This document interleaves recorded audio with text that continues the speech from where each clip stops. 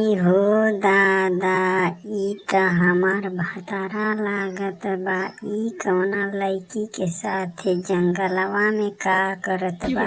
अरे करेजा तोसे का बताई, बहुत जोरी से हम आवथिला अपना मेहररुआ के कहनी है कि हम जाथिला बाजारे और तुहसे मिले चलिए। हाँ तो कुछ भी हो जाए, लेकिन तुहके बिना जंगल में मंगल कैले तो जाए नहीं दे। का जी उल्टा सीधा बोलत रहेला, कही भैया हमारा घरे तब होई कुछ। अरे करेजा इतना टाइम नहीं न बा, हमार मेहररुआ जान जाई ना तो बड़ी मार मारी हल्ला।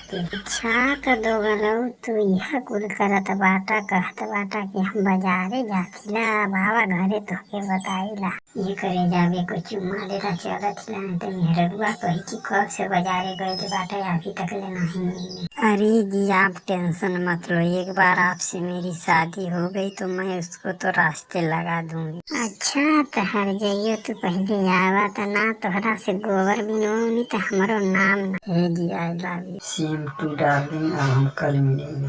आवा दोगलऊ तोहके बेलना से ना मारनी तो हमारो नाम ना।